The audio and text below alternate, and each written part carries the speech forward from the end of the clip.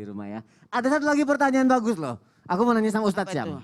Ustadz. Siap, baik. Ini maaf ya Ustadz ya. Ada pertanyaan seperti ini Ustadz. Dari jamaah. Dari jamaah. Katanya pas lagi sholat nih kadang suka ngerasa nih maaf ya Ustadz. Kayak ngerasa ada keluar sesuatu gitu dari mungkin kemaluan atau maaf dari duburnya gitu ya Ustadz. Ini perasaan jamaah nih mungkin nih. Dan ini menjadi pertanyaan mungkin buat jamaah yang lainnya juga. Nah ini harus diulang apa enggak ini sholatnya Ustadz Syam?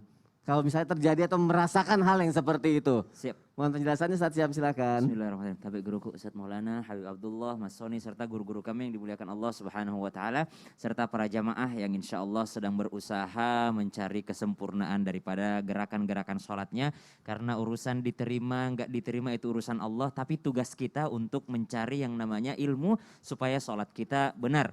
Alhamdulillahirrabbilalamin, wassalatu wassalamu ala ashrafil anbiya wal mursalin, Sayyidina Muhammadin wa ala alihi wa sahbihi ajma'in, asbahna wa asbahal mulku lillahi rabbil alamin. Semua ulama sepakat apapun yang keluar daripada dua lubang yang di bawah, mohon maaf sekali karena ini adalah majelis yang mulia, tapi harus disampaikan apapun yang keluar dari dua kemaluan di bawah atau dua lubang di bawah, baik dubur ataupun kubul, baik yang depan ataupun belakang, itu membatalkan sholat.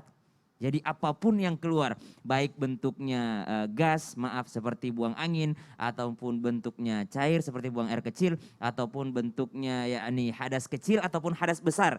Jadi apapun yang keluar dari sana, maka itu membatalkan sholat seseorang. Pertanyaannya adalah dia nggak yakin keluar apa enggak. Nah itu dia yang menjadi pertanyaan. Maka baginda Nabi Shallallahu Alaihi Wasallam mengingatkan bahwasanya ketika kalian dalam keadaan sholat, maka syaitan itu saking inginnya mengganggu orang yang sholat sampai meniup-niup dubur daripada kalian. Sehingga kalian merasakan kalian sedang berhadas. Padahal itu hanyalah rasa was-was yang ada di dalam diri manusia. Maka jangan kalian membatalkan sholatnya. Kalau ada perasaan buang angin, jangan kalian membatalkan sholat sampai kalian yakin bahwa kalian buang angin. Mana sih ukuran yakin itu? Contoh gini Son, ukuran yakin itu. Gimana Ustadz? Kalau dalam hadis itu disebutkan sampai ada baunya atau ada suaranya.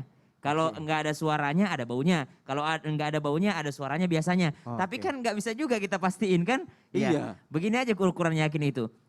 Sony bilang kayaknya tadi saya kentut deh gitu. Kayaknya tadi aku kentut deh nih. Masa sih? Masa sih? Oh ya udah kalau gitu kalau kau benar-benar kentut kau bayar saya 5 juta. Hah? Kalau gitu kalau beneran kentut bayar aku 5 juta. Bayar 5 juta? Iya. Ragu nggak bayar? Ragu. Ragu bayar. Oh, iya. Berarti Anda masih ragu, belum yakin. Iya. Berarti Anda masih ragu ketika merasakan bahwa keluar atau tidak. Maka subhanallah, ketika seseorang masih ragu, maka lanjutkan sholatnya sampai ada buktinya, sampai benar-benar yakin. Dan ini adalah penyakit. Nah, sekarang pertanyaannya, ada juga dari kemaluan, dari depan nih. Ya. Dari depan, ketika dari depan perasaan ada yang keluar, maka subhanallah, yakinkan dulu ada yang keluar atau enggak. Dalam istilah fikih disebut salasil baul. Salasil baul itu ada sisa-sisanya. Karena cairan daripada kemaluan itu ada 3.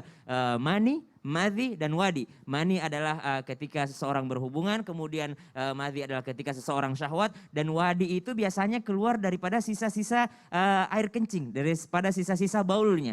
Maka biasanya kalau enggak bersih, orang habis ruku bangun, ada nih kayaknya keluar setetes nih. Wah ngerasa lagi tuh. Kalau dia yakin ada yang keluar setetes, maka dia batal sholatnya. Batal sholatnya. Akan tetapi ada solusinya. Ketika sudah menjadi penyakit, maka ulama mengatakan, bagaimana solusinya supaya tidak keluar? Maka kasih jarak waktu antara dia buang air dengan sholatnya. Kayak aktivitas dulu 5 menit sebelum dia. Kalau udah bersih berarti bersih. Yang penting sekali untuk membersihkan sebelum daripada melaksanakan sholatnya. Baik, berarti tadi takarannya bisa dibilang kalau misalnya dari belakang itu ada baunya atau betul. Bunyinya itu ya. Iya. Dan itu pastikan dari dalam karena ada juga kadangkala bukan dari dalam. Ya. Iya, jadi biasanya cuma lipetan-lipetan organ, tiba-tiba ada pergerakan seperti dirasa ada angin keluar. Seperti bergerak, padahal ternyata itu bukan angin dari dalam. Dan kalau misalnya ragu dan tidak yakin itu bisa dilanjutkan dulu ya Ustaz? Dilanjutkan lagi. Dan harus dihilangkan loh itu, karena itu penyakit. Was-was itu adalah penyakit. Oke baik, terima kasih Ustaz Syam, jazakallahu khair, terima kasih untuk penjelasannya.